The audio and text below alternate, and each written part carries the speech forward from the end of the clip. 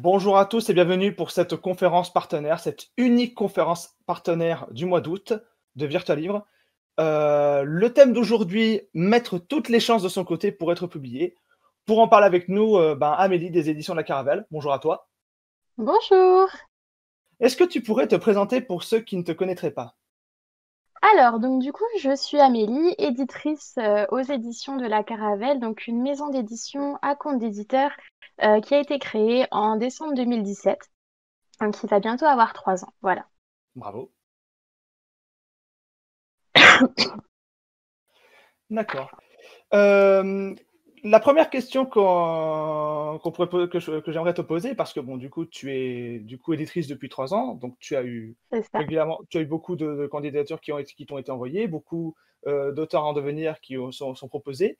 C'est Quels ça. sont les obstacles récurrents rencontrés avec des écrivains voulant être publiés? Est-ce que tu as remarqué des obstacles communs parmi les candidats que tu aurais recalés ou que tu aurais pris mais avec des difficultés? Oui, oui. Bah, en fait, il y a pas mal d'obstacles en fait au fur et à mesure parce qu'il y a plusieurs tris pour réussir à être accepté dans une maison d'édition. En général, on passe par plusieurs phases de tri. Euh, et en fait, il y a des obstacles, on va dire, dès la première, c'est-à-dire dès la réception des mails de soumission. Alors en général, d'un point de vue de l'éditeur, ce que lui va rencontrer en général, ça va être déjà une mauvaise approche de la part de l'auteur envers l'éditeur. Ah, Donc par exemple, ouais, c'est très fréquent, c'est-à-dire des personnes qui vont envoyer leurs fichiers sans dire bonjour, sans avoir respecté les consignes qui sont données par l'éditeur sur sa page de soumission. Souvent, l'éditeur met à disposition des auteurs qui veulent envoyer leurs manuscrits certaines consignes à respecter pour le bon traitement des manuscrits par la suite. Donc ça, c'est souvent quelque chose qui, au premier tri, ne passe pas. On va aussi avoir beaucoup d'auteurs qui vont envoyer leurs manuscrits hors ouverture de soumission, c'est-à-dire à des moments où les éditeurs n'ont pas prévu de recevoir des manuscrits et où ils vont donc du coup souvent pas du tout les étudier ou alors bien plus tard au moment de l'ouverture des soumissions. Et on a aussi les auteurs très très très pressants, c'est-à-dire ceux qui au bout de 2 semaines vous relancent parce que vous ne leur avez toujours pas donné de nouvelles. Voilà. Donc ça, c'est déjà un premier point. Après, il y a aussi les obstacles du côté de l'auteur, c'est-à-dire il y a beaucoup d'auteurs qui, eux, de leur côté, ne vont pas avoir de réponse ou qui vont avoir justement une réponse négative suite à leur envoi sans de justification particulière ou qui vont recevoir le fameux mail de refus type qui est ne correspond pas à notre ligne éditoriale. Voilà. Donc ça, c'est un peu des deux côtés. Il y a toujours des petites choses, des petites incompréhensions qui font que au premier tri, il y a beaucoup, beaucoup, beaucoup de manuscrits qui sont écartés. Pour vous donner un exemple chiffré, aujourd'hui, sur une réception, par exemple, de 10 manuscrits dans la journée, il y en a peut-être que la moitié qui vont passer le stade du premier tri, c'est-à-dire le stade euh, enfin en fait ils vont pas être refusés dès l'ouverture du mail. d'accord. Du coup, ouais. Mais d'ailleurs, pour revenir à ce que tu disais, donc la réception de mails formels de refus de manuscrits sans précision par rapport à ce refus, il y a des témoignages qui Mhm. disent que c'est souvent chez les gros éditeurs que ça arrive, que c'est souvent les gros éditeurs qui envoient ce genre de mail. Ouais, c'est souvent chez les gros éditeurs, mais je sais que pour avoir lu pas mal de retours aussi sur d'autres petites maisons d'édition ou moyennes, des fois le refus est pas toujours justifié.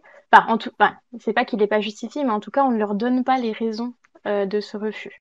Alors ça peut être souvent quand on est au premier stade comme ça, souvent c'est un non-respect justement de ces fameuses consignes qui font que l'éditeur il reçoit quelque chose qui est pas du tout conforme à ce qu'il a demandé. Et alors après, certains vont prendre le temps de relancer l'auteur en lui disant, ben voilà, vous n'avez pas respecté telle chose. Si vous voulez qu'on étudie votre manuscrit, dans ce cas-là, renvoyez-nous les pièces comme on vous les demande et on pourra le passer au comité de lecture. Et si c'est pas le cas, il y a des éditeurs qui vont aussi dire, je reçois beaucoup trop de manuscrits, j'ai pas le temps de relancer les auteurs parce qu'ils n'ont pas respecté ça. Donc qui du coup, eux, vont même pas répondre. Ou vont répondre à un non directement sans avoir même ouvert le manuscrit. Mais après, effectivement, ça dépend aussi du nombre de manuscrits qui est reçu et de à quel point les consignes n'ont pas été respectées. D'accord. Et une fois passé cette première phase de tri, quels sont les autres obstacles que rencontrent les écrivains débutants? En fait, les autres obstacles, je dirais, c'est juste juger sur la qualité vraiment des manuscrits reçus. Après, par exemple, pour revenir un petit peu sur tout ce que j'ai dit, ça va assez vite en fait de contrer ces obstacles et en fait d'éviter d'être éliminé dès le départ juste sur une simple erreur de notre part en tant qu'auteur. En fait, comme je disais, là, au niveau de la mauvaise approche, par exemple, il suffit simplement de se montrer poli et courtois quand on envoie un mail, juste de dire bonjour, merci, au revoir. C'est tout ce qu'on demande en tant qu'éditeur. En général, on ne demande vraiment pas beaucoup plus que ça. Certains vont demander une lettre d'intention, mais ça, souvent, c'est pareil. C'est exprimé dans la page de soumission. On dit à l'auteur, voilà, on vous demande une lettre d'intention. Moi, personnellement, je le fais pas, mais je sais que ça se fait beaucoup. Et je sais, par exemple, si on m'en envoie, par contre, ça me donne tout de suite un bon feeling avec l'auteur aussi. Mais c'est pas quelque chose que j'ai rendu obligatoire. Mais voilà, donc déjà, au niveau de la mauvaise approche, simplement, si vous allez vers l'éditeur et que vous lui montrez un minimum de respect comme à n'importe qui, comme à n'importe quelle personne qui travaille face à vous, en fait, déjà, ça va éviter de mettre une barrière et que l'éditeur va pas se dire, bon, cette personne, déjà, je me sens mal, je me sens pas de travailler avec elle parce que il y a cette notion de distance qui est mise. D'accord. Après, pareil, je dirais qu'un auteur qui est trop pressant, c'est-à-dire qui va relancer toutes les 2 semaines un éditeur parce qu'il n'a pas eu de réponse, et je vous assure, je vous dis ça parce que ça m'est arrivé, qu'on m'envoie un manuscrit et qu'au bout de 2 semaines, on me dise, bon, l'attente commence à être un petit peu longue. Oui, mais voilà, on reçoit beaucoup de manuscrits, il faut du temps pour faire le tri entre tous ces manuscrits. Donc 2 semaines, à moins de se retrouver face à une maison d'édition, souvent à compte d'auteur, les réponses sont un peu plus rapides. Mais à compte d'éditeur, en général, vous allez avoir plusieurs mois d'attente. Ça, D'accord. c'est quelque chose auquel il faut s'attendre. Voilà. Et que relancer fera pas du tout accélérer le processus. Relancer une fois que l'éditeur a dépassé le temps qui vous a été annoncé, bien sûr. Vous pouvez envoyer un mail pour demander, savoir si ça vous refuse ou si c'est encore à l'étude parce qu'il y a un peu de retard. Ça, c'est possible. Mais c'est vrai que relancer au bout de 2 semaines, vous êtes sûr que ce sera pas fait, quoi. D'accord. Donc voilà. Après, pour revenir sur le non-respect des consignes, ça, c'est pareil, c'est quelque chose qui est vraiment, vraiment important parce que, comme je vous le disais, ça peut justifier un refus immédiat sans même que l'éditeur ait ouvert votre texte. Il y a beaucoup de critères qui sont similaires d'un éditeur à l'autre sur la mise en page du manuscrit. En fait, ça va souvent être euh, du A4. Du A4 en portrait, je le précise, ça m'est déjà arrivé de recevoir du A4 au format paysage. Euh, Donc voilà, c'est des critères qui doivent être respectés pour la simple et bonne raison que derrière, l'éditeur, c'est des fichiers qu'il va anonymer et qu'il va transmettre à son comité de lecture. C'est quelque chose qui doit être uniforme pour le confort de lecture du comité. Donc si vous commencez à nous envoyer des manuscrits avec de la couleur partout, des polices qui changent, des textes pas justifiés, par exemple, ou les mauvais tirets au niveau des dialogues, là, dans tous les cas, on va vous demander soit de refaire votre manuscrit au propre, soit on va carrément pas du tout vous laisser une chance en fait de renvoyer pour les plus gros, pour ceux qui reçoivent vraiment énormément de soumissions. Donc voilà, faut vraiment faire très très très attention à ça. Et c'est pareil sur cette page de soumission, souvent vous allez avoir on va vous dire, voilà, les soumissions sont ouvertes pour telle collection ou tel genre, par exemple.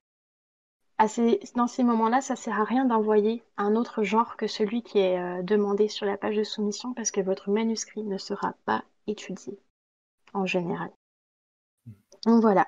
Et il y a plusieurs choses comme ça, toujours des petites mentions, des petites... Voilà, par exemple, au niveau des sagas, il y a beaucoup d'éditeurs qui vont demander d'avoir un synopsis sur tous les tomes et qu'il y en ait un minimum qui soit écrit. Voilà.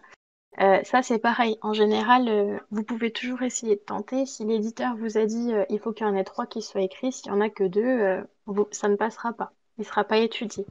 Et ça, c'est super important, mais c'est pas pour vous embêter, c'est aussi une question de logistique derrière, de pouvoir sortir les manuscrits, les romans en fait à une vitesse et à un rythme qui est constant.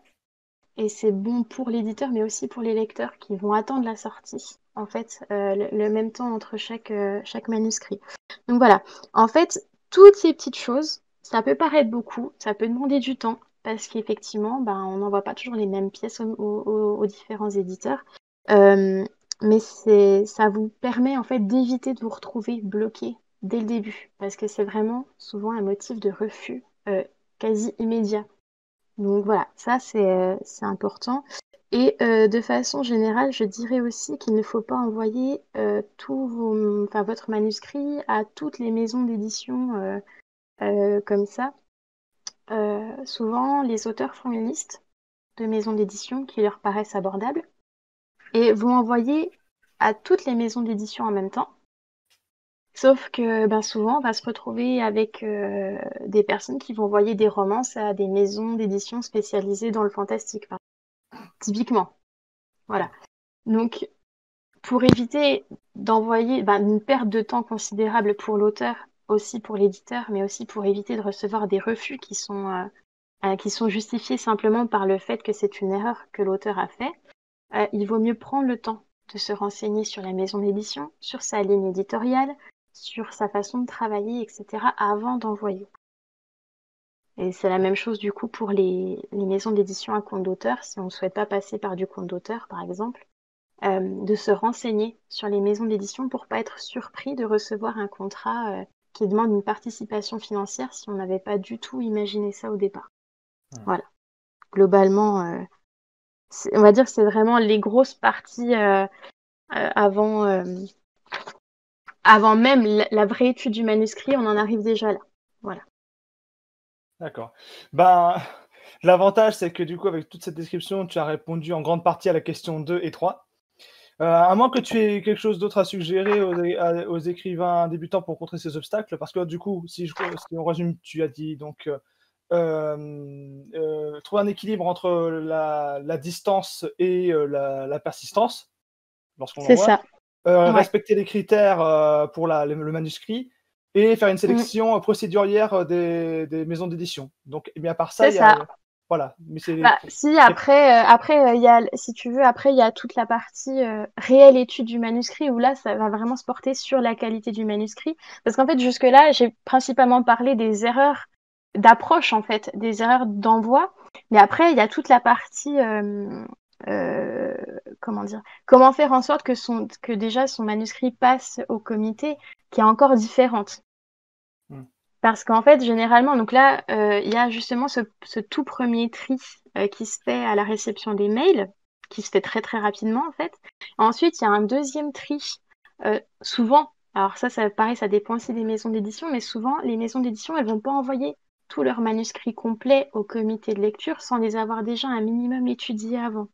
C'est-à-dire avoir regardé si l'histoire tenait la route et avoir regardé si au niveau de l'écriture, ça suit.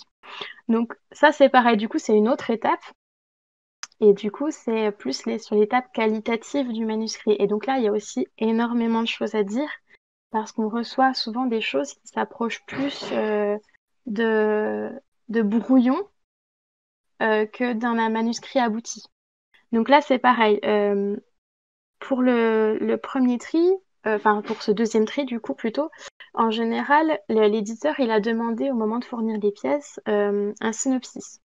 Donc un synopsis, en général, ça va être un résumé de votre histoire du début à la fin, où en fait, l'éditeur doit voir au moment où il le lit euh, les différentes étapes de votre roman, du début à la fin, pour pouvoir bien distinguer l'intrigue principale et ce qui va mener votre personnage à la résolution de l'histoire.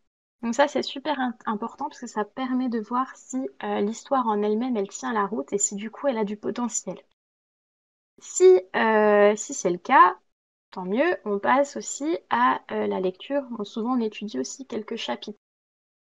Donc, on va pas forcément tout de suite étudier le roman dans son intégralité, parce que vous vous doutez bien qu'avec plusieurs dizaines de manuscrits reçus au mois, c'est compliqué de tous les étudier si on voit tout de suite qu'il y a quelque chose qui coince. Donc, on va aussi regarder du côté de l'écriture. Et donc là, souvent, on a des très mauvaises surprises. Par exemple, voilà, dans les conseils, dans ce que je dirais qu'il faut surtout pas faire, c'est ne pas envoyer un premier jet à un éditeur. Alors, un Donc, premier jet, oui, ça, c'est dans la question 3. Donc, quelles sont les erreurs à ne pas faire quand l'on veut être c'est édité? ça, c'est ça. Et en fait, ça, c'est envoyer un premier jet à un éditeur, c'est quasiment, enfin, c'est rédhibitoire en fait. Ce qu'on appelle le premier jet, ça va être la première rédaction de votre roman. C'est-à-dire, c'est la première fois que vous arrivez à la fin de votre manuscrit. Souvent, ce premier jet, il n'y a pas assez de recul dessus. Soit vous êtes le seul à l'avoir lu après l'avoir écrit, ou vous n'avez pas encore fait de correction, etc. Donc ça, c'est quelque chose qu'il faut surtout pas faire parce que souvent, ça vous bloque au niveau des éditeurs et ça vous fait même une mauvaise pub auprès de l'éditeur. Si vous envoyez quelque chose qui n'est pas du tout abouti, qui est souvent bourré de fautes ou qui a beaucoup d'incohérences, etc., euh, on va se retrouver face à un refus systématique et peut-être aussi l'impossibilité derrière de resoumettre votre manuscrit une fois que vous l'aurez travaillé. Donc ça, c'est important de le savoir aussi. Euh, alors, je vais revenir sur les fautes d'orthographe. Ça m'est souvent arrivé de rencontrer sur des forums ou des groupes d'auteurs sur les réseaux sociaux où on se rend compte qu'il y a beaucoup d'auteurs qui pensent que envoyer un manuscrit avec beaucoup de fautes à un éditeur, c'est pas grave, c'est son travail de le corriger. Alors du coup, il faut tout de suite arrêter avec cette image-là. Le rôle de l'éditeur est de faire corriger votre manuscrit une fois qu'il a été accepté. Ça, c'est indéniable, l'éditeur vous doit une correction. Ça, c'est certain. Par contre, il faut aussi avoir conscience que pour être accepté, votre manuscrit, il doit être approuvé par les membres du comité de lecture et on s'aperçoit très rapidement en tant qu'éditeur que à partir du moment où il y a trop de fautes dans un manuscrit, les lecteurs du comité sont focalisés sur ces fautes, ne voient que ces fautes, et donc l'histoire peut avoir tout le potentiel possible du monde, ils ne le remarqueront pas. Parce que il y a une gêne à la lecture qui est vraiment présente et qui fait que du coup, même si l'histoire est bien, même s'il y a un certain intérêt, euh, il y a tellement de choses qui vont pas derrière que la lecture est pas assez fluide pour que le lecteur puisse vraiment euh, s'imprégner de l'histoire et puisse vraiment la vivre. Et donc du coup, c'est aussi une raison pour lesquelles on laisse plus souvent en tant qu'éditeur, on laisse plus passer les manuscrits qui ont beaucoup de fautes au comité de lecture. Mais c'est simplement parce qu'on sait d'avance que le refus, il va être justifié principalement par ça. Donc voilà, pensez bien à vous faire corriger et surtout pensez bien à vous faire relire par d'autres personnes, ce qu'on appelle souvent des bêta-lecteurs, c'est-à-dire des personnes qui vont lire votre manuscrit, qui vont réussir à voir avec un œil complètement différent du vôtre euh, des erreurs que vous auriez pas vues, des incohérences que vous auriez pas remarquées, mais aussi des fautes, des tournures de phrases, des choses qui vont pas et qui peuvent vraiment vous bloquer par la suite.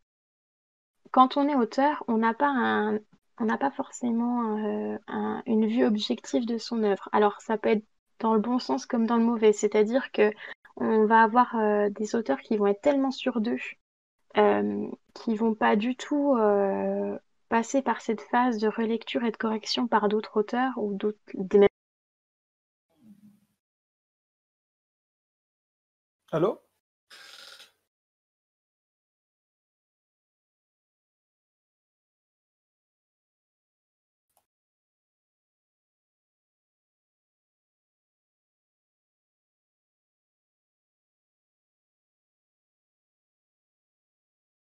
Ah putain. Petit problème technique, il semblerait. Elle va revenir, vous en faites pas.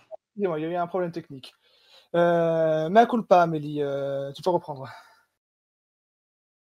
Allô? Ah non, non, et ça, elle a réellement déconné? Oui, elle a vraiment une déconnexion, un truc comme ça. Elle va revenir, faut attendre, c'est tout. Ok.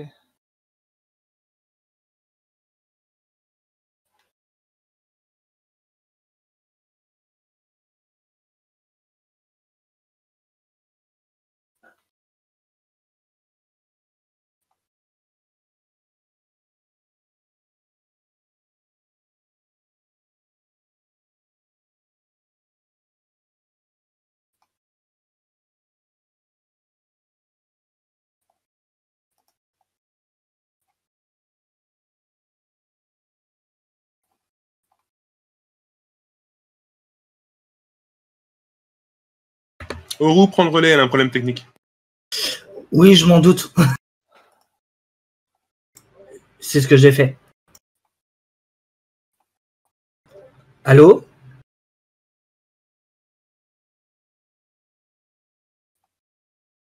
Alors, est-ce que là, vous m'entendez? Oui, c'est bon. C'est Ah, bon. je suis désolée, je sais pas ce qui s'est passé. J'ai touché à rien. Bon, l'avantage, c'est que c'est réglé. Désolé à tous pour ce petit problème technique. Du coup, où on en était parce que ça m'a un peu déstabilisé. Ouais, pardon, je suis vraiment désolée, je sais pas Non, du non, tout il n'y a pourquoi pas de problème. Attends, ça a c'est coupé. indépendamment de ta volonté. On en était où, Lucas, du coup, dans la conférence? Parce que On en était aux fautes d'orthographe. Aux fautes d'orthographe, Ah voilà. oui. Du coup, alors je vais essayer de reprendre, je sais pas où exactement Tu ça a avais coupé. tu avais dit qu'il fallait que trop de fautes d'orthographe pouvaient pénaliser Oui, la crédibilité d'un auteur et qu'il fallait donc c'est ça. faire appel à des bêta-lecteurs assez régulièrement. C'est ça, parce que du coup, sinon, en fait, ça risque effectivement de bloquer au niveau de l'éditeur et même par la suite si vous voulez reproposer. Donc. Et voilà, en fait, il faut trouver le juste équilibre entre trop corriger et pas assez. Mais il faut surtout quand même avoir conscience que votre histoire peut avoir un gros potentiel. Si au niveau de la forme, il faut tout changer, l'éditeur, il vous fera sûrement pas signer. Parce que même si bien sûr, l'éditeur est censé vous aider à retravailler pour le rendre, rendre votre manuscrit le plus publiable possible. Enfin, voilà, vraiment vous aider à en faire quelque chose de parfait. S'il y a vraiment trop de lacunes, c'est aussi à vous, en tant qu'auteur, avant tout, de les combler. Voilà, pour ensuite avoir quelque chose de vraiment abouti d'envoyer à l'éditeur. D'accord. Donc là, c'était surtout pour passer des étapes pour passer les premières étapes. Il y a une question. Alors, je ne sais pas si ça va être très facile d'y répondre, mais quel est selon toi Ok. les atouts qui permettent à un écrivain dans la pile restante de se démarquer des autres? Est-ce qu'il y a quelque chose chez un écrivain qui se démarque des autres ou plusieurs atouts d'ailleurs? Est-ce que c'est l'expérience d'éditrice?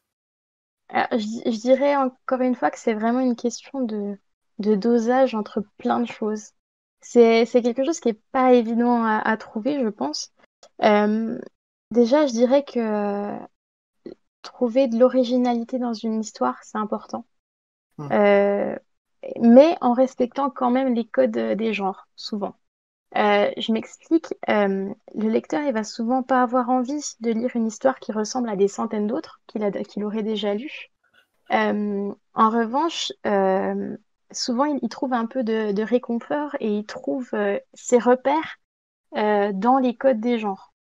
Donc, je pense que voilà, il faut, pareil là, c'est une histoire de dosage, réussir à doser l'originalité en restant quand même ancré dans ce que le lecteur peut connaître. Parce que quelque chose qui déstabilise beaucoup le lecteur peut aussi l'emmener à moins apprécier l'histoire. Mais ça peut être aussi une bonne surprise. Donc en fait, le problème, c'est que ça dépend aussi beaucoup du lecteur et de l'attente qu'il va avoir. Donc voilà, c'est pour ça aussi qu'on se base sur un comité où on va avoir plusieurs avis différents pour un même manuscrit. et avec des lecteurs qui vont pas forcément avoir les mêmes attentes et les mêmes connaissances des genres, etc. Donc il va déjà y avoir ça. Après, comme je disais, plus le manuscrit est abouti, propre, sans faute, fluide, entraînant, mais sans non plus tomber dans la surenchère de péripéties, parce que des fois ça arrive, c'est déjà arrivé qu'un manuscrit puisse avoir une base intéressante et qu'en fait, sur un manuscrit assez long, en plus, il y avait tellement de péripéties les unes sur les autres que le lecteur n'avait même pas le temps de respirer. Et c'est quelque chose qui peut être pesant à la lecture. Et pareil, là, c'est une question d'équilibre entre tenir le lecteur en haleine, mais aussi lui laisser quelques pauses pour souffler, pour repartir sur quelque chose d'autre. Donc voilà, encore une fois, c'est beaucoup de dosage. Je dirais aussi qu'une des principales choses, par contre, qui est vraiment importante, c'est vraiment d'être capable de transmettre des émotions à un lecteur. Alors, ça peut être toutes sortes d'émotions, hein. Ça peut être la peur, ça peut être la tristesse, la joie, ça peut être énormément d'émotions possibles. Mais j'ai tendance à penser qu'à partir du moment où on arrive à faire ressentir quelque chose à travers les mots, on arrive à attirer le lecteur, on arrive à le faire entrer dans l'histoire. Et du coup, si un lecteur entre dans votre histoire, c'est gagné. Alors que si vous le laissez insensible, ça ne marchera pas. Quelle que soit, pour une même histoire, la façon dont elle va être racontée va complètement changer les choses. Et souvent, cette possibilité, en fait, de, de faire entrer le lecteur dans l'histoire et de lui faire ressentir des émotions, c'est de lui permettre de s'identifier au personnage. Euh, et ça, pareil, pour moi, c'est un point crucial. Le lecteur arrivera plus facilement à tout imaginer et à s'immerger dans le roman à partir du moment où il arrive à s'identifier au personnage, même dans le cas d'un anti-héros, hein, d'ailleurs. C'est possible de faire d'un anti-héros un personnage attachant à sa manière. Donc voilà, c'est quelque chose qui pour moi permet aussi à l'auteur en fait de démarquer, de se démarquer et de faire accepter son roman. Et D'accord. puis voilà, comme je disais, en fait vraiment vraiment une question de dosage entre tout, entre les dialogues et la narration, trouver un certain équilibre pour que ça fasse pas bloc de texte, mais pas non plus bloc de dialogue sans réussir à s'immerger. C'est aussi un équilibre au niveau des descriptions, entre les descriptions très très très longues qui peuvent vite lasser, mais aussi celles qui sont inexistantes et qui du coup ne permettent pas au lecteur de s'immerger parce qu'en fait, il n'arrive pas à imaginer les choses telles qu'elles sont. Donc voilà, c'est vraiment tout un dosage compliqué, mais qui permet à la fin de faire quelque chose de vibrant et de plaisant. Voilà. Et ce dosage, pour en revenir à la question précédente, ce dosage, il peut nous être apporté aussi par ces fameux bêta-lecteurs qui permettent de dire, voilà, là, par exemple, on ressent pas assez. On ressent pas assez les choses, on ressent pas assez ce que tu veux faire passer. Voilà. D'accord. Et c'est tout ça, en fait, qui permet derrière d'avoir une réponse positive à un manuscrit. D'accord. Il y a une dernière question il y a une dernière question que j'avais notée qui aborde le thème de l'auto-édition, vu que c'est beaucoup d'actualité en ce moment avec Internet. Il y a beaucoup plus d'auteurs auto-édités. Oui. Selon ton avis d'éditrice, comment, selon toi, un auteur peut décider quel parcours emprunter entre l'édition traditionnelle ou l'auto-édition? Comment, selon toi, cette décision peut être prise par un auteur? En fait, je dirais que ça dépend vraiment de ce que l'auteur attend de l'édition et de comment lui, il imagine son propre rôle dans l'édition de ses romans. Parce que c'est un processus qui est tellement différent que tout le monde ne peut pas se retrouver dans l'un comme dans l'autre.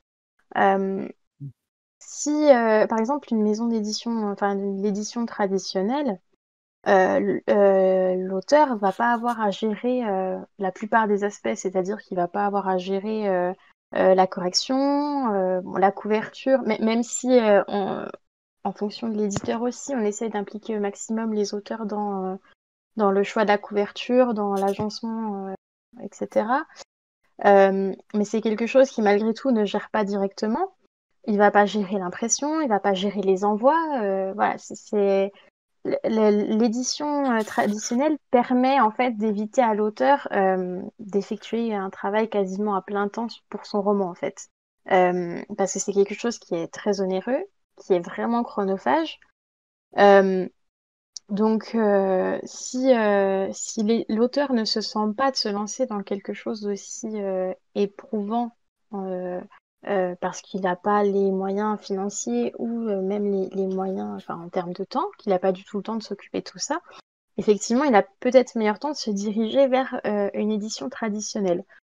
En sachant que, par contre, il y a aussi du coup une séparation du pouvoir entre guillemets décisionnel, puisque forcément l'auteur il va pas gérer tout ça. Il va avoir son mot à dire, il va avoir des propositions, des choix à faire, etc. Mais malgré tout, par exemple, l'éditeur, s'il a décidé qu'il imprimait en 15 par 21 tous ses romans, c'est quelque chose sur lequel l'auteur n'aura pas forcément son mot à dire, par exemple. Donc, il faut aussi voir à quel point l'auteur veut avoir une emprise sur le processus éditorial.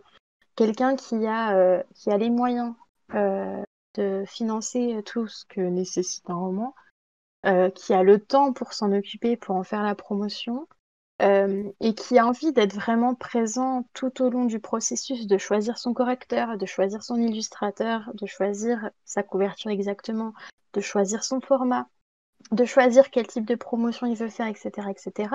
Effectivement, dans ce cas-là, il a peut-être meilleur temps de passer par de l'auto-édition.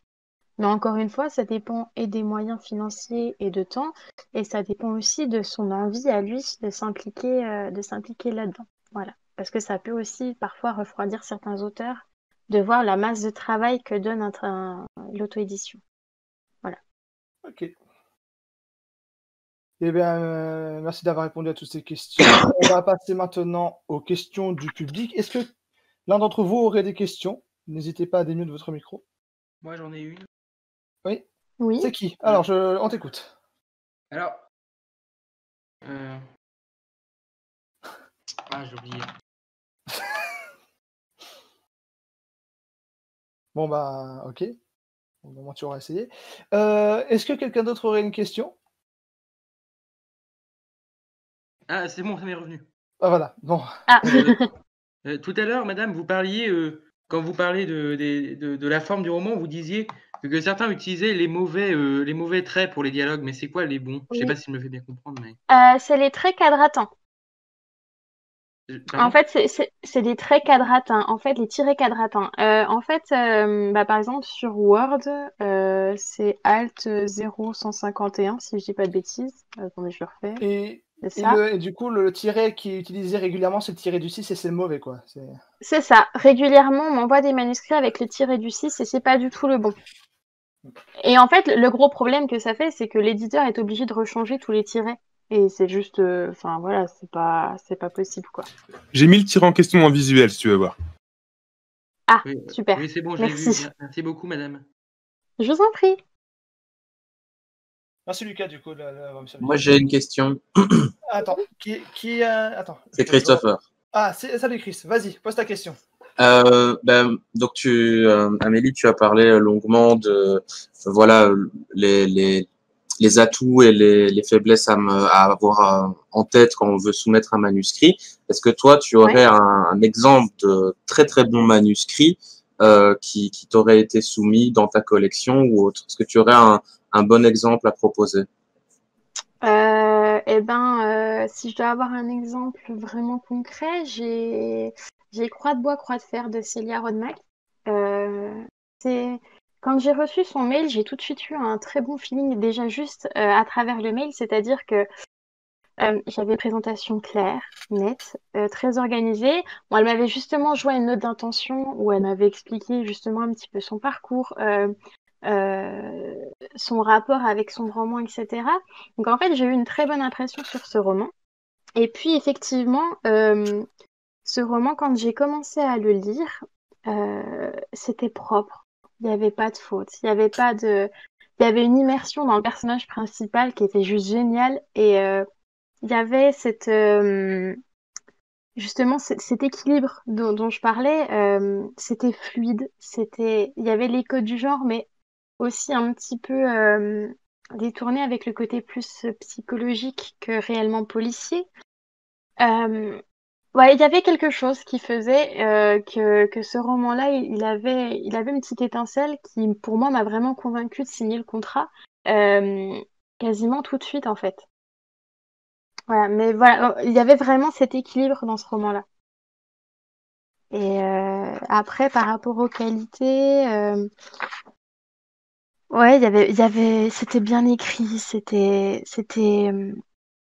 y avait il y avait beaucoup de retournements, mais ça restait, justement, il y avait ces petites pauses, ces toutes petites pauses qui permettent de souffler un peu, et puis de repartir sur de meilleures bases derrière. Et voilà, c'est vraiment l'exemple concret, je dirais, d'acceptation comme ça, selon ces critères. Merci, merci. Bah, de rien. Merci à toi, Patrice, pour ta question. Est-ce que quelqu'un d'autre aurait des questions à poser? J'en ai d'autres si jamais il n'y a personne, hein, mais je laisse le tour aux autres. D'accord. Merci beaucoup. Est-ce que quelqu'un d'autre aurait une question? Ah, j'ai une question de quelqu'un qui n'a pas de micro. De Caladel. Ah. Ouais. Caladel, elle, c'est bien ça. Oui. Alors, bonjour. Une autre question pour Amélie. Conseillerait-elle de même pour une bande dessinée, un webcomic, une nouvelle ou autre? Alors, j'avoue que les bandes dessinées, pour l'instant, j'en fais pas du tout. Donc, à vrai dire, je connais très peu le milieu. Mais j'imagine qu'effectivement, il faut malgré tout que ce soit le plus abouti possible au moment d'envoyer. Pour les nouvelles, le milieu des nouvelles est un petit peu compliqué en France. Personnellement, j'ai décidé d'arrêter d'en faire. Parce que à l'unité, c'est pas forcément ce qui marche le plus. Et que ce soit pour l'éditeur ou pour l'auteur, j'ai l'impression qu'on s'y retrouve pas forcément. Mais effectivement, c'est pareil. Si après, effectivement, vous dirigez vers une maison d'édition qui accepte les nouvelles, c'est pareil. Il faut que ça se tienne, que ce soit propre, que ce soit abouti. Après, les codes de la nouvelle sont assez différents de ceux du roman, puisqu'on va souvent demander une chute, on va souvent demander quelque chose justement, on va moins s'intéresser aux descriptions longues, on va plus chercher l'instantanéité dans une nouvelle. C'est souvent comme ça qu'on conseille de les écrire. Faut que ce soit court, faut pas que ce soit forcément très long en termes de description, d'action, etc. Faut que ce soit percutant en fait, une nouvelle. Donc c'est des choses qui s'écrivent complètement différemment d'un roman. Voilà. Alors, je viens de remarquer qu'il y avait Nemo qui avait posé des questions sur le forum. Alors, petite précision, pour ceux qui ont des problèmes de micro, les questions, vous pouvez me les envoyer par message privé. Je pense que ce sera peut-être un peu plus ergonomique. Voilà, c'est juste une petite précision comme ça. Oui, effectivement. Bon, je transmets les questions de Nemo, si ça te dérange pas, du coup, Taiki? Je peux le faire, j'ai juste en face de moi, là. Il y a donc une question de Nemo. Y a-t-il des éditeurs réticents à publier des essais? J'aurais tendance à dire que oui. Hum. Après, encore une fois, moi je publie principalement des romans, donc c'est pas quelque chose que je connais plus que ça. Après, j'en vois très peu qui publient des essais. Là. Après, je sais pas, peut-être que certains d'entre vous pourront me dire le contraire, mais pour l'instant, j'en connais très peu, voire pas du tout. Je suis en train de réfléchir, mais non, ça me dit vraiment rien. D'accord. Mais du coup, tu sais pas si c'est par réticence ou si c'est pas parce que les écrivains en font peu. Oui, je pense qu'il y a peut-être un petit peu des deux aussi, hein. Il y a peut-être un petit peu des deux parce qu'effectivement, c'est pas forcément quelque chose qu'on reçoit beaucoup. Moi, personnellement, j'en ai jamais reçu. Si je peux pas mettre d'intervenir. Oui, vas-y. Je crois qu'il y a aussi le fait qu'il y a des éditeurs qui sont très spécialisés et très prédominants là-dedans. Je veux dire, la littérature universitaire est beaucoup plus apte à trouver le public d'un essai que ne connaît la littérature, que l'édition généraliste. Oui, c'est ça, on cherche pas forcément les mêmes types de manuscrits, donc effectivement, peut-être plus. C'est en ça que je disais, voilà, je cherchais parmi les éditeurs lesquels sont aptes en fait à publier ce que vous écrivez, quoi. Que ce soit, bah voilà, les nouvelles, les essais, faut chercher des maisons d'édition qui publient ce genre de choses. D'accord. Est-ce que, alors, Nemo, on garde tes questions frais. On attend juste de voir s'il n'y en a pas d'autres qui veulent poser des questions, d'accord? Qui d'autre aurait une question à poser?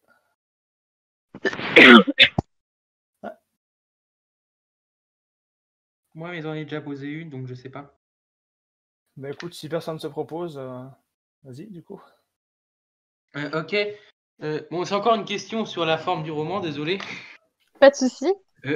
Est-ce qu'il y a une police d'écriture entre guillemets standard dans le milieu du roman?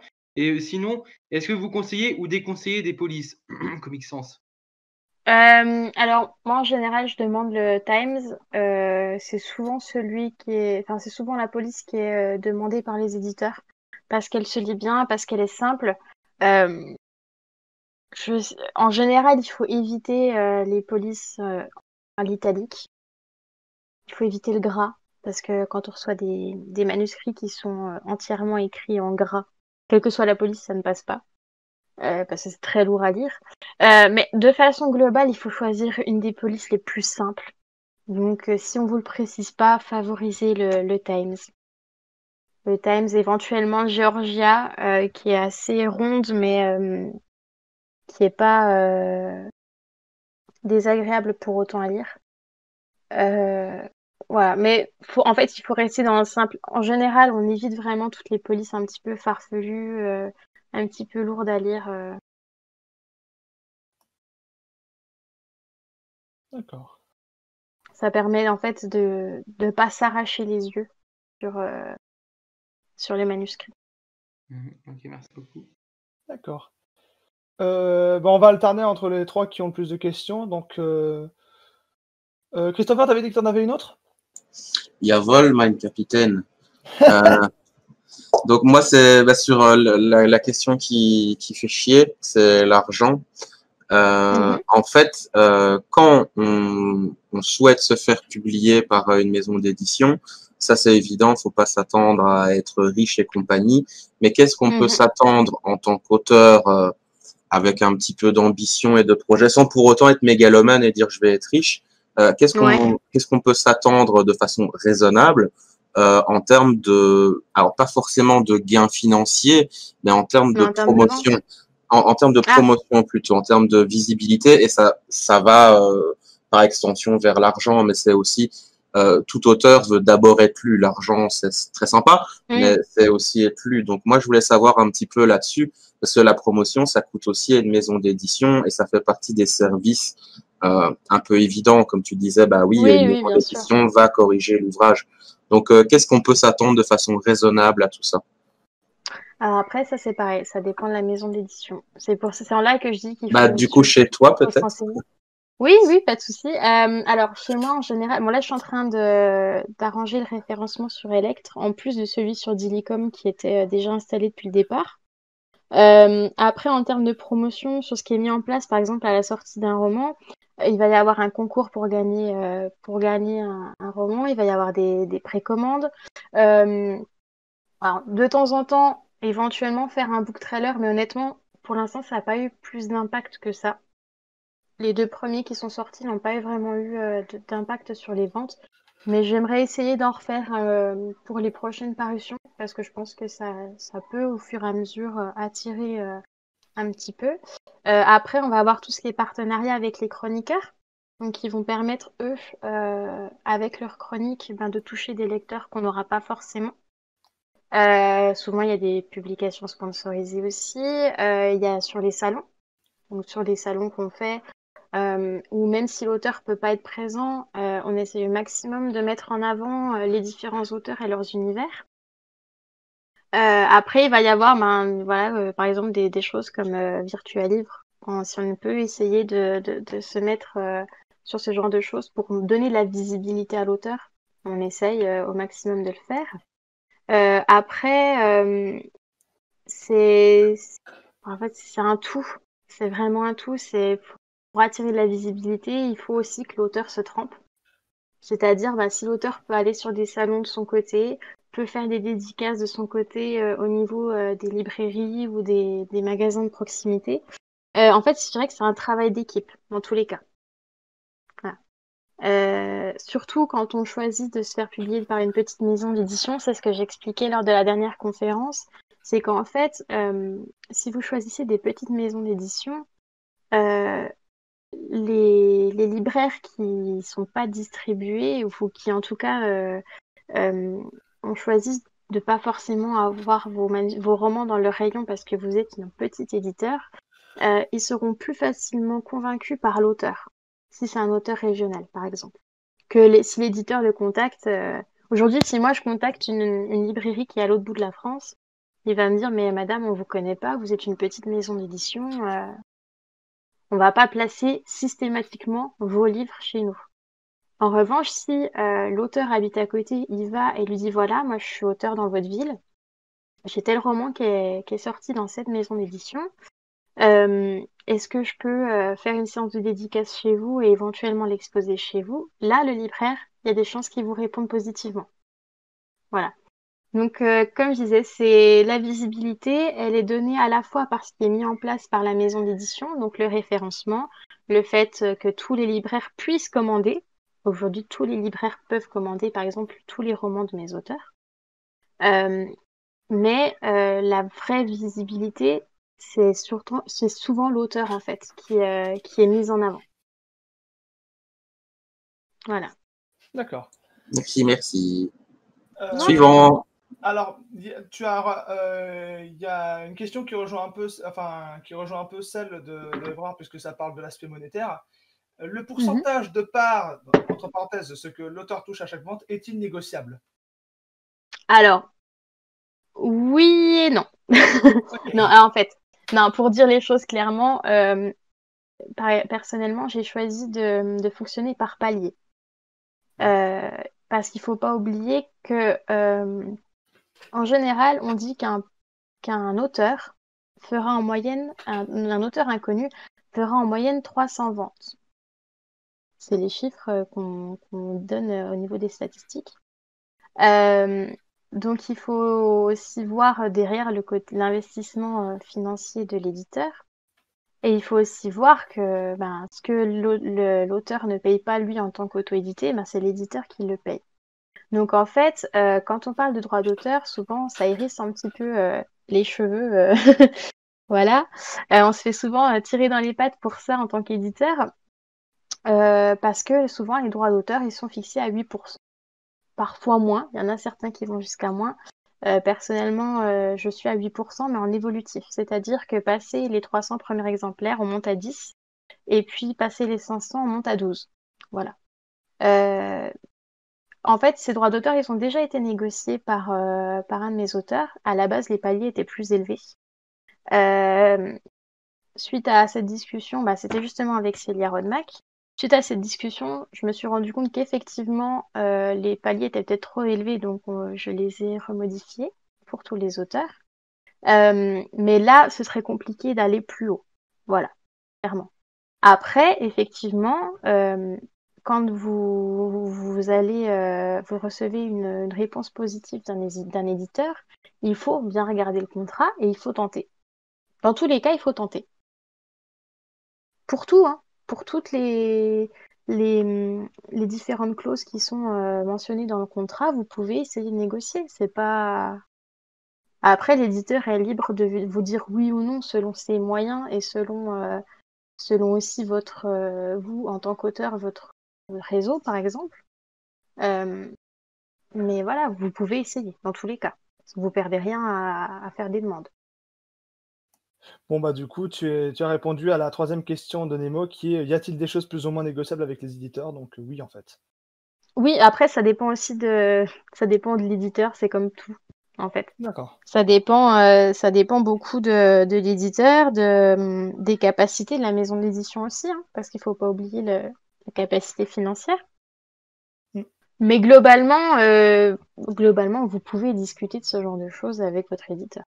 Et si vous voyez que vraiment il n'y a aucun dialogue possible, bah peut-être vous tournez ailleurs aussi. C'est possible. Mm.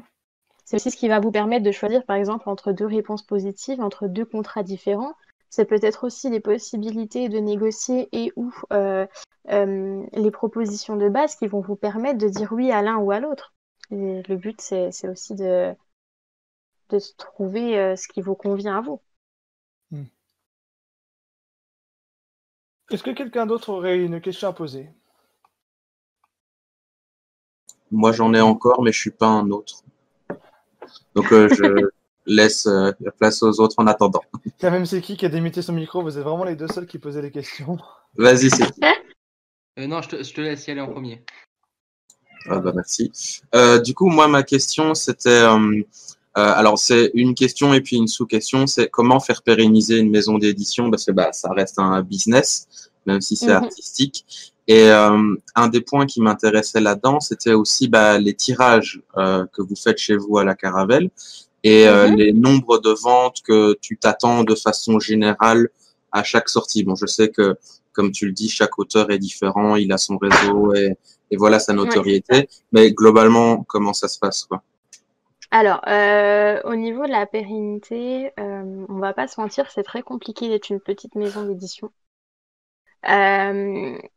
Après, voilà, en sélectionnant des manuscrits auxquels on croit et en essayant justement de jongler à la fois entre le fait de rémunérer l'auteur le plus justement possible, mais sans trop ponctionner non plus de l'autre côté et en faisant quelque chose en trouvant un équilibre, encore une fois, entre l'auteur et l'éditeur, ça permet malgré tout d'obtenir quelque chose qui se maintient, quoi. Je dirais pas qui permet de se faire des milliers d'argent à la maison d'édition, mais qui se maintient. Après, au niveau des tirages, personnellement, je fais des tirages à 100 exemplaires papier au début, justement pour voir comment ça se passe au niveau des ventes, parce que ça va, comme vous le disiez, ça va dépendre des auteurs. Mais si c'est un petit auteur qui commence, qui n'a jamais publié, en général, j'ai mis le temps de passer sur un tirage à 100 exemplaires, quitte à refaire un tirage après, que de faire un gros tirage tout de suite et prendre le risque, en fait, que ça me reste sur les bras. Donc ça, c'est quelque chose qui va pas forcément impacter l'auteur, puisque dans tous les cas, lui, vu qu'il ne payera rien pour le tirage, et qui touchera les mêmes droits d'auteur que le tirage soit à 100, 200 ou 5000 exemplaires, voilà, c'est juste que moi, ça me permet de limiter l'impact financier puisque j'ai choisi de ne pas passer par de l'impression à la demande. Et donc, du coup, l'investissement de base est beaucoup plus important que de l'impression à la demande. Après, voilà, au niveau du nombre de ventes, j'essaye effectivement de me baser sur les 300 ventes, mais ces 300 ventes qui ne se font pas la première année. Donc voilà, ça permet de renouveler le stock en fonction aussi des ventes qui ont été faites. Mais encore une fois, ça dépend beaucoup de l'implication de l'auteur. Pour donner un exemple, aujourd'hui, l'auteur qui vend le mieux aux éditions de la Caravelle, c'est un auteur qui va faire des salons plusieurs fois par an, qui est visible, enfin qui est très présent sur les réseaux sociaux, qui va se déplacer, qui va vraiment s'investir en fait. Et la différence, elle est vraiment, vraiment, vraiment significative.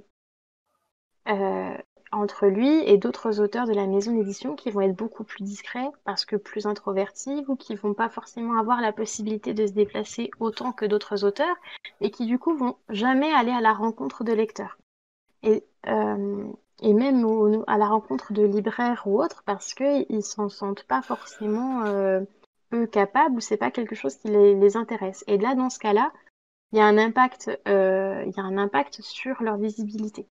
clairement. C'est aussi peut-être l'ambition de l'auteur qu'il a avec son projet. C'est possible aussi, voilà. Vraiment, malheureusement, il y a une grosse part de l'auteur à fournir sur sa propre visibilité pour augmenter les ventes. Voilà. Ça, c'est quelque chose qui est indéniable. Plus l'auteur sera présent sur des événements ou sera présent sur les réseaux sociaux ou voilà, sera impliqué dans la propre promotion de son roman, c'est-à-dire qu'il va repartager des chroniques, il va répondre à des interviews de chroniqueurs qui sont demandeurs, etc.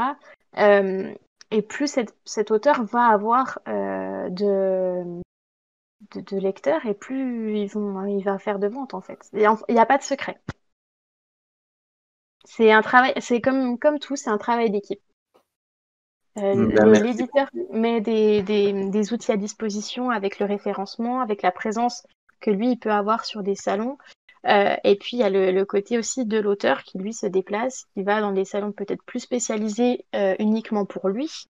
Par exemple, je vois le fameux auteur qui est Teddy Rock, qui fait des conventions geeks qui se prêtent à son univers, qui est de science-fiction. Et qui va beaucoup se déplacer et faire beaucoup de choses et qui va aller à la rencontre de ses lecteurs, qui va être très accessible pour ses lecteurs. Et du coup, ça donne vraiment une autre dimension à la publication et ça donne aussi des meilleures ventes. Voilà. Il y a Nemo qui m'a posé une quatrième question, bon, qui sort un peu du sujet de la publication, mais j'ai accepté de la poser. Comment s'organisent des salons du livre / sessions dédicaces / conférences? Alors, pour les salons du livre, déjà, il faut chercher quels salons sont liés en fait à ce qu'on écrit. Alors après, ça dépend. Ça dépend si on y va en tant que maison d'édition, où là, en fait, c'est l'éditeur qui réserve un stand, qui propose aux auteurs de venir sur le salon avec eux. Donc là, dans ces cas-là, c'est l'éditeur est là, il y a les romans de tout le monde, et voilà, c'est vraiment le gros stand de la maison d'édition. Après, l'auteur, lui, peut choisir de son côté à faire d'autres salons que prévus par la maison d'édition, qui vont plus être, par exemple, dans des niches, justement, comme des conventions de geeks, de science-fiction, de jeux vidéo, etc., qui vont plus se prêter à certains univers. Dans ces cas-là, c'est l'auteur qui décide d'y aller, donc c'est l'auteur qui va lui-même démarcher les conventions. Après, pour ce qui est des séances de dédicace, c'est pareil, la plupart du temps, c'est les libraires qui, au contact de l'auteur, vont accepter ou non de l'accueillir dans la librairie. Donc là, il y a plusieurs façons de fonctionner. C'est soit le libraire achète à l'avance les romans, et en fonction qui va renvoyer le stock restant, ou ça va être comme un peu le fonctionnement du dépôt-vente, c'est-à-dire que l'éditeur va fournir les romans, et puis le libraire va juste encaisser, et puis le reste va être versé à l'éditeur. Voilà. Donc ça dépend, c'est pareil, ça dépend de la façon dont l'organisme a été contacté et de qui est à l'initiative en fait du salon ou de la séance de dédicace. Mais globalement, sur les petites structures, c'est souvent l'auteur en fait qui doit démarcher. D'accord. Est-ce qu'il y a d'autres questions? Moi, s'il vous plaît. Ah, il y a Esme. Ah, j'ai cru qu'il y avait Esme qui s'était démute. Oui, mais je peux laisser ma place et après je viendrai. Non, mais attends, c'est qui? Ça fait un petit moment qu'il pose ces questions. T'inquiète pas, je t'en prie. Merci. Bonjour. Bonjour. Je vais poser une question par rapport à la communication en tant que lectrice que je suis. Oui. Comment vous sélectionnez vos chroniqueurs, vos youtubeurs pour faire vos chroniques, etc. Alors, récemment, j'ai fait un appel à chroniqueurs partenaires parce que auparavant, je passais par Simplement Pro et j'ai trouvé que ça me convenait pas comme système. Donc, j'ai lancé un appel à chroniqueurs avec certains chroniqueurs qui avaient déjà travaillé avec moi et je savais que c'était des personnes sérieuses qui rendaient leurs chroniques dans les temps, etc. Et puis, il y en a des nouveaux qui sont arrivés, donc on va faire un petit test, voir comment ça se passe. Mais d'abord, je regarde aussi un petit peu le réseau qui est derrière. Je regarde aussi la qualité des chroniques qui sont fournies. Et puis, en fonction, je dis oui ou non, en fait. Et après, en fonction de comment ça se passera, on verra si on continue ensemble ou si on décide que le partenariat ne marche pas. Voilà, c'est Ah. aussi simple que ça. Très bien. Je poserai l'autre question après. Pas de souci. Merci. Est-ce que Je vous quelqu'un en d'autre prie. aurait une question? Pardon. Euh, Ouais. désolé. Vas-y, c'est qui? Ah, veuillez m'excuser. Ah. Oui, c'est qui? Vas-y. Oui, donc du coup, ma question, c'est est-ce que quand on envoie un roman à un éditeur, est-ce qu'il faut déjà avoir une couverture et si oui, est-ce qu'il y a des trucs à faire et à ne pas faire pour la couverture du roman? Alors non, il faut pas. Alors oui et non en fait. On vous demande pas d'envoyer une couverture. Souvent, c'est l'éditeur qui s'occupe de faire la couverture. Par contre, si effectivement vous avez une couverture qui est déjà faite, que vous avez créée pour l'occasion, qui vous plaît et que vous verriez bien sur votre roman et qui, au moment comment dire, de la signature du contrat, que votre roman a été sélectionné, vous proposez cette couverture à l'éditeur. Si la couverture lui semble adéquate, il peut très bien l'accepter. Je vais vous donner un exemple. Mylène Ormereau, qui va sortir son roman de fantasy aux éditions de la Caravelle en décembre, a dessiné intégralement sa couverture. Parce que on en a parlé, hein, simplement on a discuté. Elle m'a dit qu'elle avait toujours rêvé de créer sa couverture. Elle m'a proposé quelque chose qui m'a tout de suite plu, donc j'ai pas cherché et je lui ai dit oui tout de suite. Après, effectivement, il faut que la couverture soit propre, bien faite et qu'elle fasse, enfin que voilà, que l'univers du roman ressorte vraiment, quoi. Mais globalement, c'est les seuls critères réels. Voilà. Après, il y a peut-être des éditeurs qui, là, par exemple, n'accepteraient pas parce qu'ils ont une charte graphique au niveau de leur couverture qui sont trop, enfin, qui est presque fermée. Il y a certaines maisons d'édition qui vont passer par les mêmes illustrateurs à chaque fois pour que ce soit vraiment reconnaissable. C'est un parti pris que je peux comprendre parce que ça permet d'associer tout de suite la sortie d'un roman à la maison d'édition. Personnellement, je préfère avoir une identité différente pour chaque roman parce que pour moi, chaque roman est différent, quelle que soit la maison d'édition dans laquelle il est. Donc, c'est deux façons de voir les choses différentes, mais je pense que dans tous les cas, si vous avez une couverture qui vous convient, il ne faut pas hésiter à la proposer à l'éditeur, mais ce sera plutôt en cas d'acceptation du manuscrit et de signature de contrat qu'il faudra en parler avec lui. Avant, ça ne sert pas forcément à grand-chose.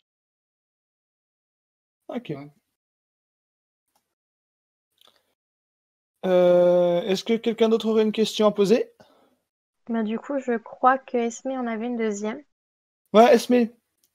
Oui, Ouais, c'est toujours par rapport à ce que vous avez dit par rapport à la communication. Vous avez dit qu'il y avait un délai pour rendre les chroniques et la qualité des chroniques. Oui. Ce que vous entendez par la qualité des chroniques, est-ce que c'est la longueur ou le contenu? Enfin, je suppose que c'est le contenu. C'est plus le contenu. savoir. Oui, c'est plus le contenu. C'est pas Le forcément contenu. la longueur, mais en fait, déjà, j'essaie vraiment de faire attention à ce qu'il n'y ait pas de jugement de valeur de l'auteur derrière une chronique. Je m'explique. C'est déjà arrivé que des chroniqueurs critiquent le roman et en fassent presque un jugement de la personne qui est l'auteur plutôt que du roman en lui-même. Voilà. Ça, c'est quelque chose, par exemple, qui est inacceptable et qui, du coup, je lis toujours quelques chroniques pour voir le respect que peut avoir le chroniqueur envers l'auteur et même envers sa façon de dire les choses. Il y a des chroniqueurs très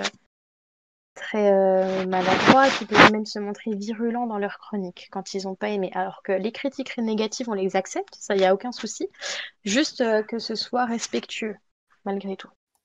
Donc c'est juste ça. Hein. Et juste voilà, que ce soit pas une chronique qui fasse 2 lignes et qui ne dit que très peu de choses. Voilà.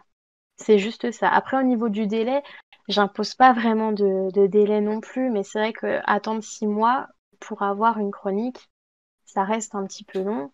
Et puis, sachant qu'il y en a qui n'arrivent jamais, c'est principalement pour ça que j'ai arrêté sur Simplement Pro, parce que j'ai des chroniques qui auraient dû tomber au bout de 2 mois et qui sont tombées, enfin qui sont jamais tombées, même 6, 7 mois après. Voilà.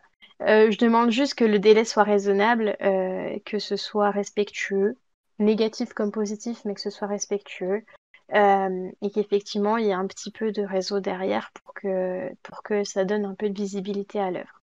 Mais voilà, je suis pas non plus super exigeante. C'est tout ce que je demande. Très bien, merci beaucoup. Je vous en prie. Au revoir. Au revoir. Est-ce que quelqu'un d'autre aurait des questions? Moi, j'en ai une dernière. Ok, une dernière. Alors, moi, ce que je voulais savoir, c'était le pouvoir décisionnaire d'une maison sur un ouvrage. Alors, je m'explique, c'est que donc moi, je suis auteur auto-édité, donc voilà, j'ai toute la liberté du monde et je fais ce que je veux, comme je veux, quand je veux. Et je me demandais comment ça se passe pour une maison. Enfin, quand on veut se faire publier dans une maison, pour éviter le truc de oui, mais ce passage-là, j'aime pas, la couverture, j'aime pas, les dessins de ton livre, si on a dans le cas d'un roman illustré comme le mien, bah, je voudrais que ce soit fait par quelqu'un d'autre, etc. Comment ça se gère, ce genre de choses? Ou alors, on arriverait, enfin, en tout cas chez toi, jamais à ce genre de situation, vu que si tu veux changer des choses, tu ne prendrais peut-être pas le livre de base tout de suite. Ouais, c'est plus. Alors, encore une fois, ça dépend vraiment de l'éditeur, donc je peux répondre uniquement pour moi. Je sais que personnellement, je discute avec l'auteur en vocal avant la signature du contrat pour justement échanger autour de certaines choses qui peuvent me déranger et voir comment on peut justement arranger pour que ça convienne à tous les deux. Voilà. Je sais que c'est pas toujours possible. Pour avoir échangé avec d'autres auteurs, certains aussi dans mon catalogue qui sont passés par d'autres maisons d'édition avant, je sais que c'est pas toujours possible. En fait, encore une fois, c'est des choses qui se négocient, mais du coup, pour être sûr de ne pas vous laisser enfermer dans un contrat qui vous convient pas et avec des contraintes qui vous conviennent pas, discutez-en avant la signature du contrat. C'est super important. Moi, je conseille toujours, et c'est déjà ce que j'avais dit dans la dernière conférence, quand on vous propose un contrat, avant de le signer, essayez d'appeler la personne ou de faire une réunion visuelle voilà, sur Skype ou sur Discord ou un appel, mais simplement pour tester la température, voir si vous vous sentez travailler avec la personne, voir si effectivement dans toutes ces dans des petites choses que l'éditeur pense devoir modifier, voir si c'est quelque chose qui peut vous convenir ou pas, et voir si vous avez une marge quand même de négociation. Si vous n'avez pas de marge de négociation et que vraiment c'est des choses qui peuvent vous déranger, ne signez pas. C'est aussi simple que ça. Si vous sentez que vous n'avez pas du tout de place pour prendre des décisions, ou en tout cas pas assez de place pour que votre roman vous ressemble à vous, peut-être que c'est pas la bonne maison d'édition pour vous. Après, il y a quand même malgré tout des choses où ça va être, où l'éditeur aura forcément une décision plus importante, parce qu'à partir du moment où il prend un risque financier, il y a certaines choses que lui, il a dans la tête qu'il pourra pas forcément laisser passer parce que ce serait pas vendeur et que du coup, il risque aussi de se tirer une balle dans le pied. Après, honnêtement, il y a quand même peu de choses qui en arriveraient à ce point-là, mais par exemple, sur une couverture, on en revient sur la problématique de la couverture. Un auteur qui propose une couverture très mal faite et qui veut vraiment avoir cette couverture-là sur son roman, mais que l'éditeur sait que ça risque vraiment de nuire aux ventes, c'est quelque chose qu'il va pas pouvoir dire oui. Et qui du coup, là, par contre, il aura malgré tout le dernier mot parce que ce serait se tirer une épine dans le pied de vendre le roman avec cette couverture-là, par exemple. Mais ça, c'est pareil, c'est pour ça que si vous avez une couverture qui vous tient à cœur, il faut en parler avant. S'il y a des choses que l'éditeur veut vous voir modifier, que vous, ça ne vous convient pas, discutez-en, échangez, proposez d'autres choses ou restez sur vos positions, mais discutez. Sans dialogue, vous n'arriverez pas de toute façon à faire quelque chose qui conviendra à tous les deux, en fait. Merci beaucoup. Je vous en prie, j'espère que j'ai répondu correctement à la question. Oui, oui, bien sûr, et tu peux me tutoyer, il n'y a pas de souci. Ok, d'accord. D'accord. On va finir avec une dernière question de Cinderelle qui ou elle m'a envoyé un message privé. D'accord. Alors la question c'est, j'aimerais savoir si avoir déjà été publié joue ou non dans la sélection du manuscrit. Alors en théorie, non. Pour la simple et bonne raison que les manuscrits qui sont envoyés au comité de lecture sont anonymes. Donc ça veut dire qu'à moins que la personne, enfin que les personnes du comité se renseignent, mais en général ils le font pas. Ça rentre pas en jeu en fait sur la qualité. Après, par exemple, je vois justement le cas des Écailles de l'âme de Mylène Ormereau, qui sortira en décembre. C'est un roman que moi, personnellement, j'avais lu en tant que lectrice avant la fermeture de la maison d'édition, qui était Mots en flot. Et quand cette personne-là m'a dit ben voilà, je me retrouve sans contrat, et ben est-ce que ça t'intéresse? C'est un roman que je n'ai pas passé en comité de lecture. Parce que j'avais eu un tel coup de cœur sur cette histoire, je l'avais tellement trouvée bien écrite et je savais que c'était une histoire qui pouvait plaire et qui me plaisait aussi à moi et que j'aimais vraiment et que je voyais vraiment dans le catalogue des éditions de la Caravelle, que je lui ai fait signer un contrat sans passer par le comité de lecture. Mais c'est parce que je le connaissais d'avant et que je savais aussi la visibilité qu'il avait pu avoir et que j'avais confiance tout de suite. Après, effectivement, sur un manuscrit qu'on m'envoie et où on me dit, bah voilà, je l'ai déjà publié, mais que je n'ai jamais lu, je ne connais pas du tout l'univers, etc., je vais quand même le passer au comité de lecture. Et donc là, le fait qu'il ait déjà été publié ne sera pas forcément un critère en fait d'acceptation immédiate. Et en plus, ça dépend aussi de par quel biais il a été publié aussi auparavant. Si c'est un roman qui a déjà passé auprès d'un comité de lecture, qui a déjà eu une grosse visibilité, effectivement, ça peut peut-être se discuter si je fais des recherches.